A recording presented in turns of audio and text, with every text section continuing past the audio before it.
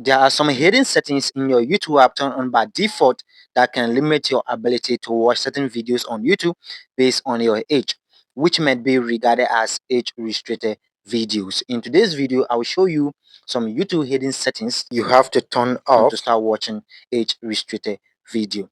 Firstly, open up your YouTube app, then tap your profile picture, tap on the settings icon, and tap on general. Scroll down to restricted mode.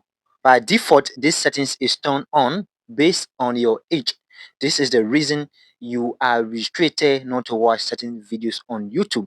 To be able to start watching age restricted videos or adult content, you need to turn this off.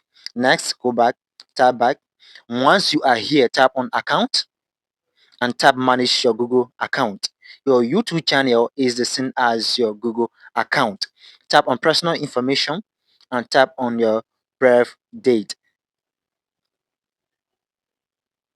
Once you are here, make sure you put the exact birth date. If the wrong date is here, you are going to be limited to watch certain videos on YouTube. Thanks for watching, and don't forget to hit the like button and subscribe for more useful tips.